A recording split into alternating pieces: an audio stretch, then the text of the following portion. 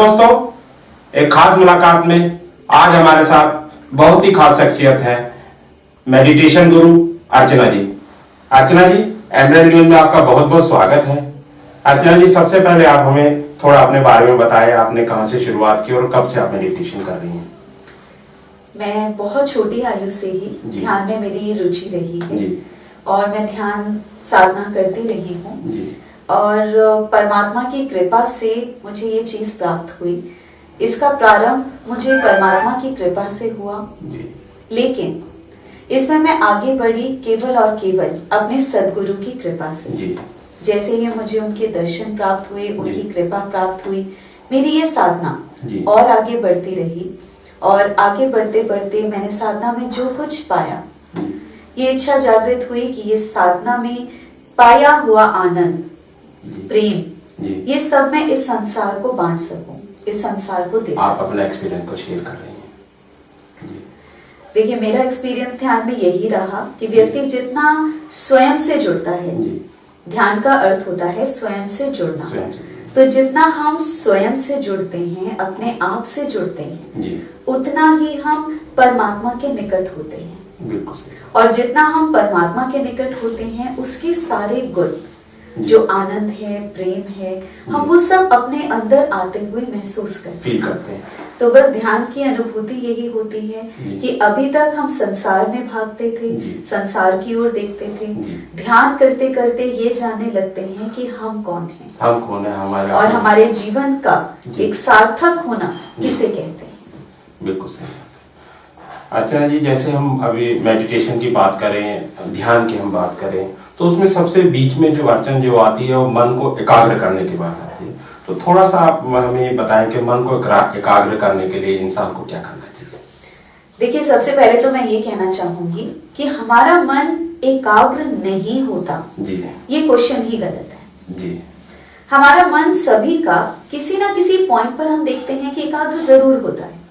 बच्चों को video game लाकर दे दीजिए, उनका मन बहुत अच्छा एकाग्र होता है। ये अलग बात है कि उनके सामने स्कूल की बुक्स खोल के रख दीजिए, उनका मन एकाग्र नहीं होगा। बिल्कुल सही बात। अगर आप देखेंगे तो बहुत सारे लोग ऐसे हैं कि उन्हें लगेगा काम में मन एकाग्र नहीं होता, डिस्ट्रैक्शंस बहुत होती हैं, लेकिन वही व्यक्ति अगर आप उसे क्रिकेट मैच के सामने बिठा दीजिए तो मन इतना अच्छा एकाग्र हो जाता है कि हम खाना भी भूल जाते हैं, अपने आप को भी भूल जाते हैं। हमें सिर्फ एक चीज पता है, एकाग्रता के साथ उस क्रिकेट मैच को देखना। महिलाओं को देखिए, वैसे वो कहेंगी कि मन एकाग्र नहीं होता, लेकिन उनका कोई अच्छा सा सीरियल आ रहा हो या मूवी आ रही हो तो मन इतना एकाग्र हो जाता है कि वो भूल जाती हैं सीरियल, उसके साथ साथ वो भी रो रही होती हैं, उसके साथ वो भी गुस्से में आ रही होती हैं। तो मन तो सभी का एकाग्र होता है।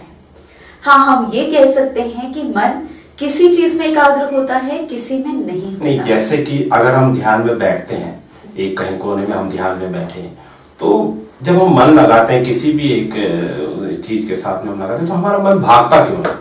मैं उसी पर आ रही थी कि देखिए क्या होता है कि पहली बात तो हमें बेस समझना है कि हमें मन एकाग्र करना आता है, लेकिन मन किसी चीज में एकाग्र होता है, किसी में नहीं होता। वही मन जो मूवी में एकाग्र होगा, वही मन आपका ध्यान में एकाग्र नहीं होगा। कारण क्या है? कारण ये है कि हमारी रुचि किस चीज में है, हमारा इंटरेस्ट किस चीज में है। कंसंट्रेशन के लिए सबसे पहले जिस चीज की जरूरत होती है वो होता है इंटरेस्ट क्रिएट करना। आपको अगर क्रिकेट मैच अच्छा लगता है तो आप उसमें एकाग्र हो सकते हैं, फुटबॉल के मैच में शायद एकाग्रता नहीं होगी, टीवी के सीरियल में एकाग्रता नहीं होगी। अगर आपको क्रिकेट मैच पसंद नहीं है तो आपको क्रिकेट मैच में एकाग्रता नहीं होगी, लेकिन फुटबॉल के मैच में एकाग्रता हो जाएगी। तो आपका इंटरेस्ट जिस चीज में होता है आप वहीं एकाग्र हो पाते हैं। तो जब आप सबसे पहले एक इंटरेस्ट डेवलप करते हैं तो धीरे धीरे ध्यान में आपका मन एकाग्र हो जाता है। ये फर्स्ट स्टेप है, बिल्कुल बेसिक स्टेप। लेकिन धीरे धीरे ध्यान करते करते जब आपको ध्यान में आनंद आने लगता है, ध्यान में रुचि बढ़ने लगती है और आपको ये पता चलता है कि ये विधि ऐसी है जिसमें हम जाते ही शांत हो जाते हैं, आनंदित हो जाते हैं, कुछ ऐसा मिल जाता है जो हमें ऊर्जा से भर देता है। कुछ ऐसा भी होता है मैडम कि जैसे ध्यान में बैठते हैं, एकाग्र करने की कोशिश करते हैं, तो ऐसा भी कुछ लोगों ने बताया है कि उनको नींद आने लगती है। देखिए सबसे बड़ी बात क्या होती है, एकाग्रता अगर आप बहुत ज्यादा ताकत के साथ करेंगे जी, अपने आप को बहुत लड़ाई करेंगे, तो लड़ाई के बाद क्या होता है, हम थक जाते हैं। तो बहुत बार जब आप अपने आप को बहुत जोर लगाकर कंसंट्रेट करने की कोशिश करते हैं, विचारों से लड़ने की कोशिश करते हैं, तब भी आपको थकावट होती है। बहुत बार शरीर में आलस्य के कारण आपको नींद आती है, और बहुत बार ये भी होता है कि हमें एक चीज पता है कि आंखें बंद करने का अर्थ होता है सो जाना। हमें ये नहीं पता कि आंखें बंद करने का मतलब होता है भीतर से जाग जाना। तो बहुत बार आपको ऐसा लगेगा कि आपने आंखें बंद करी, शरीर को शिथिल किया और आप नींद में चले गए। यदि आपके साथ ऐसा होता है तो अच्छा रहे कि आप स्टार्टिंग में थोड़ी सी physical exercises, warm up exercises, योगासन करें, थोड़ा सा कुछ प्राणायाम करें, और उसके बाद एक लाइट सा म्यूजिक चलाकर उसके बाद आप ध्यान में बैठें, तो आप पाएंगे आपकी ये प्रॉब्लम थोड़ी सी कम होगी। साथ ही साथ ये कोशिश कीजिए कि जिस समय आप ध्यान में बैठें आप बहुत अधिक थके हुए ना हो, आपकी नींद पूरी हो चुकी हो, थकावट ना हो, तो भी आप ध्यान में उतर पाएंगे। इसके साथ ये कोशिश कीजिए कि जब आप ध्यान में बैठें खुद से लड़िए मत, खुद को छोड़ दीजिए, समर्पित कर दीजिए। ध्यान में एकाग्रता भी आने लगेगी और आपको नींद भी नहीं आएगी। अच्छा, कई लोगों ने बताया कि ध्यान जैसे कि कुछ वृद्धावस्था में होते हैं तो चेयर पे बैठ के कहते हैं कि चेयर के बैठ के भी ध्यान कर सकते हैं, बैठने की पोजीशन में नहीं है तो लेट के भी ध्यान कर सकते हैं, और जो हमारे जैसे जो एक्टिव पर्सन है वो तो बैठ के एक पोजीशन करें। तो आपका क्या मानना है कि किस अवस्था में मेडिटेशन ज्यादा कारगर है? देखिए, मैं मानती हूँ कि आप किसी भी अवस्था में हैं जी, आप ध्यान कर सकते हैं। अच्छा। आप लेटकर भी ध्यान कर सकते हैं, आप चलते हुए भी ध्यान कर सकते हैं, आप भोजन करते हुए भी ध्यान कर सकते हैं। जी। ध्यान का अर्थ होता है अपने आप को समर्पित करना, ढीला छोड़ना, होश में रहना, उसे हम कहते हैं ध्यान की अवस्था। लेकिन हम उसे मान लीजिए एक बेसिक स्टेप, जिसे रिलैक्सेशन भी कहते हैं, ये बेसिक स्टेप्स होते हैं। इस ध्यान को, मन को शांत करना और एकाग्र करना आप किसी भी अवस्था में कर सकते हैं, भोजन करते हुए, चलते हुए, कुर्सी पर बैठे हुए, लेटे हुए, किसी भी तरह की कीजिए। उसको सिमरन का भी नाम दिया जाता है क्या? सिमरन ये अलग चीज है कुछ? देखिए, सिमरन का अर्थ भी यही होता है कि आप अपने मन को एकाग्र करने की एक विधि है, जिसे हम मंत्र जप कहते हैं। मंत्र की शक्ति से हम जप करते हैं। लेकिन ये सब एक स्टार्टिंग मेडिटेशन होती है एकाग्रता के लिए। इससे आगे का ध्यान आता है जिसे चक्र साधना कहते हैं। उसके लिए अच्छा होता है कि हम सुखासन में बैठें। उसके आगे आता है जिसे हम कुंडली जागरण कहते हैं। उसके लिए अलग प्रकार के आसन होते हैं, जैसे पद्मासन हो गया या कुछ हो गया, तो अच्छा माने जाते हैं, उनके लिए ये आसन ही होते हैं। लेकिन बेसिकली आप सिमरन करते हो, भजन सुनते हो, भक्ति योग में जाएं या किसी उसमें जाएं, आप किसी भी अवस्था में लेटकर किसी भी तरह आप अपने मन को रिक्त कीजिए, अपने मन को खाली कीजिए और एक प्रारंभ कीजिए। भक्ति योग की अगर हम बात करें तो बहुत सारे जो साधक होते हैं वो भक्ति में बैठते हैं, मेडिटेशन करते हैं, तो ज्यादातर लोगों की यही कंप्लेंट होती है कि हम लोग अपना टाइम दे रहे हैं ज्यादा, लेकिन हमारा काम नहीं बन रहा है, हमारा जो जहाँ हमारी लो लगनी चाहिए टारगेट पे, हम वहाँ नहीं पहुंच पा रहे। ज्यादातर लोगों की यही कंप्लेंट होती है, तो इस पे आपका क्या कहना है कि लोगों को क्या करना चाहिए? देखिए, सबसे पहले ये समझिए कि अगर आपकी पूजा जी आपके लिए एक ड्यूटी बन गई है जी, एक काम बन गया है जो पूरा करना है, तो आपकी वो भक्ति परमात्मा तक नहीं पहुंचती। आप अपने हर कार्य को जब अपनी पूजा बना लेते हैं तो आपका वो कार्य परमात्मा तक पहुंचने लगता है। आप जब अपनी भक्ति करते हैं पूरे समर्पण के साथ कीजिए, समर्पण हृदय के साथ कीजिए, हृदय से उसे पुकारिए। जरूरी नहीं है आप उसमें कितनी देर बैठे, जितनी देर बैठे हृदय से बैठे। इसका कोई टाइम पीरियड भी है क्या? इतना टाइम देना चाहिए? ज्यादातर लोग बोलते हैं कि 2.5 घंटा 2 घंटा कोई ऐसे, इसका कोई टाइम पीरियड भी है क्या?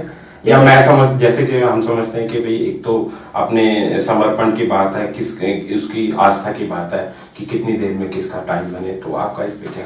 देखिए, मेरा मानना तो ये है कि आप जितनी भी देर बैठे उसे प्रेम से पुकारिए, फिर वो चाहे 2 सेकंड हो, 2 मिनट हो या 2 घंटे हो, आपको अपना होश ना रह जाए और प्रेम पूर्वक आप उसे पुकारते जाएं। बस ये भक्ति है, ये ध्यान है। और अगर आप 2 घंटे बैठे हैं और आपका ध्यान या आपका मन किसी और चीजों में उलझा हुआ है, तो वो पूजा नहीं है। आप सिर्फ बैठे हैं और एक काम पूरा कर रहे हैं, लेकिन आपने 2 मिनट भी निकाले और आप खुद को भूल गए, बस वो भक्ति है। अर्चना जी, मनुष्य जीवन में अगर हम कर्मों की बात करें तो कर्म कितने प्रकार के होते हैं और मनुष्य जीवन पे कर्मों का क्या असर होता है? देखिए, मोटे तौर पर माना जाता है कि 3 तरह के कर्म होते हैं जी। पहला कर्म वो होता है जिसे हम संचित कर्म कहते हैं, अर्थात वैसे कर्म जो हमने अपने पास्ट लाइफ में किए। ये माना जाता है कि आपने एक पास्ट लाइफ में जो भी कार्य किए वो आपके एक जैसे संचित धन होता है, ऐसे ही आपके संचित कर्म होते हैं जो आपके भीतर होते हैं, जो आपको फल देते हैं। उसके बाद एक कर्म होते हैं जो माना जाता है कि आज के समय में आपने कर्म करे।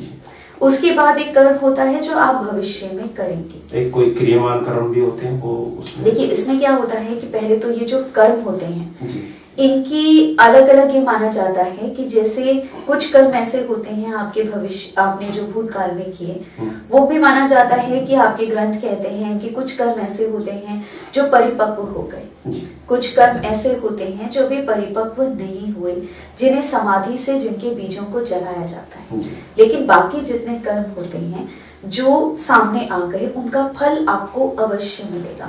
उसमें भी आगे माना जाता है कि बहुत से कर्म ऐसे होते हैं जो मन के द्वारा किए गए, बहुत से कर्म होते हैं जो आपने सामने से करे, लेकिन कुछ कर्म ऐसे होते हैं जो आपने मन के द्वारा किए, मन के द्वारा भी सोचा कि किसी का बुरा करना है तो वो भी हम मानते हैं कि कर्म हो गए।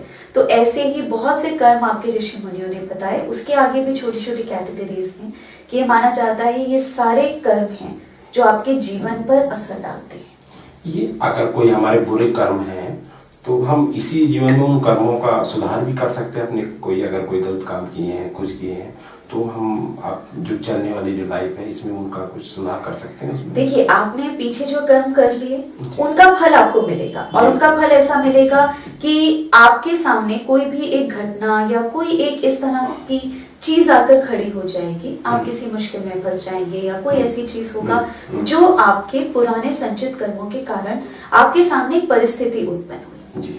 उसके बाद नेक्स्ट स्टेप आता है जिसे प्रेजेंट कर्म कहते हैं। आपके सामने एक परिस्थिति उत्पन्न हुई, वो परिस्थिति आपके पिछले कर्म के कारण थी। अब आपने इस परिस्थिति में रिएक्ट कैसे किया, ये आपका प्रेजेंट कर्म है। और आपने आज जो कर्म किया उससे आपके भविष्य का फल बनता है, भविष्य का कर्म बनता है, क्योंकि यही फल आज का आपको कल मिलेगा।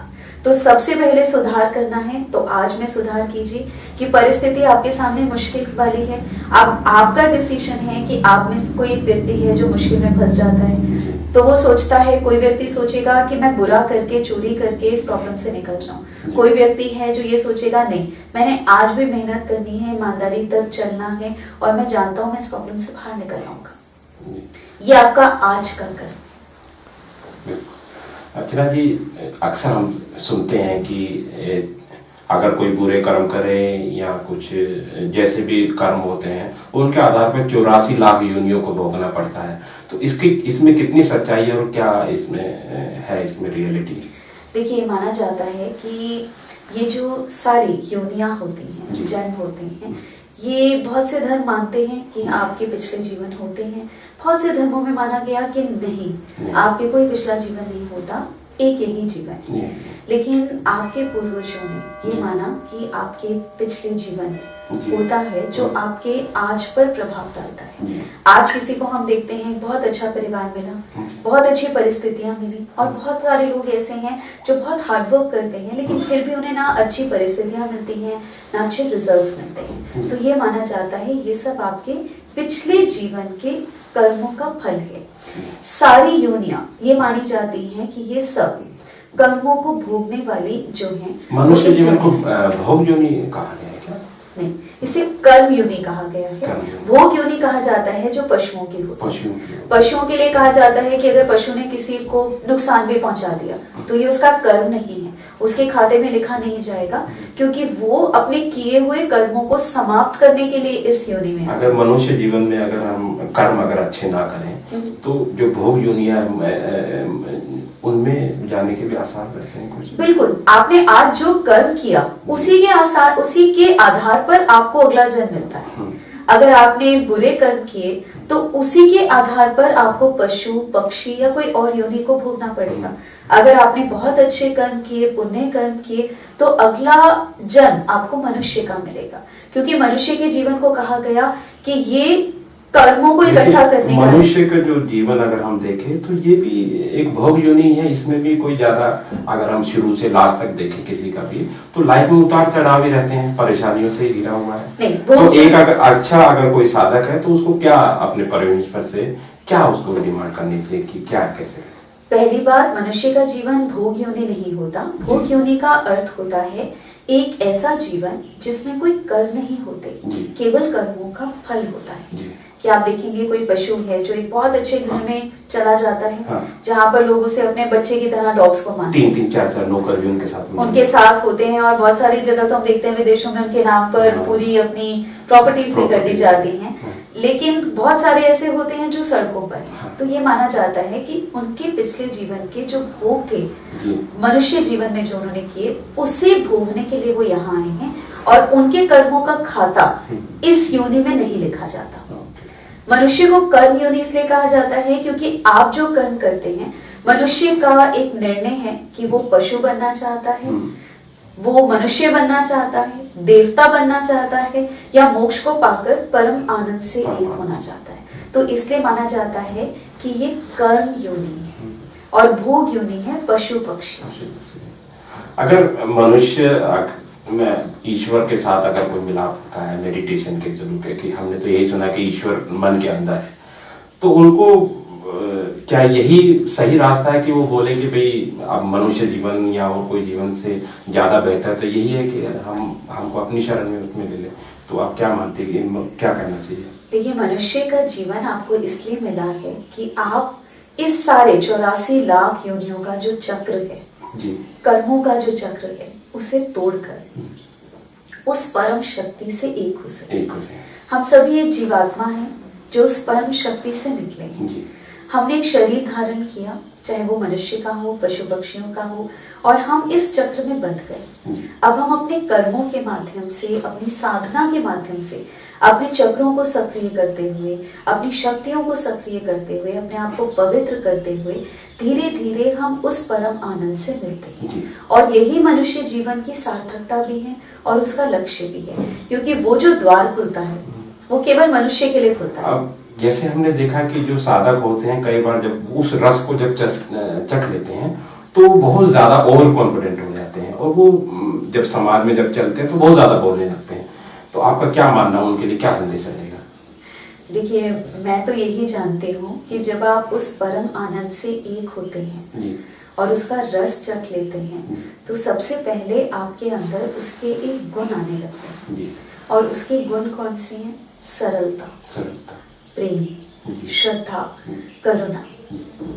परमात्मा से जो भी व्यक्ति एक होगा, आपको वो अहंकार से ग्रसित नजर नहीं आएगा, ओवर कॉन्फिडेंट नजर नहीं आएगा, आपको वो समर्पित नजर आएगा, आपको वो एक सेवा में डूबा हुआ व्यक्ति नजर आएगा, आपको वो कहीं ना कहीं क्रोध करता हुआ नजर आ सकता है, और वो उसका क्रोध नहीं होता, वो उसकी करुणा होती है कि वो दूसरों को देखकर दुखी हो रहा होता है तो वो क्रोध कर सकता है। लेकिन आप ये देखेंगे, जितना व्यक्ति उसके निकट होता है उतना ही आपको वो सरल और समर्पित होता हुआ नजर आएगा।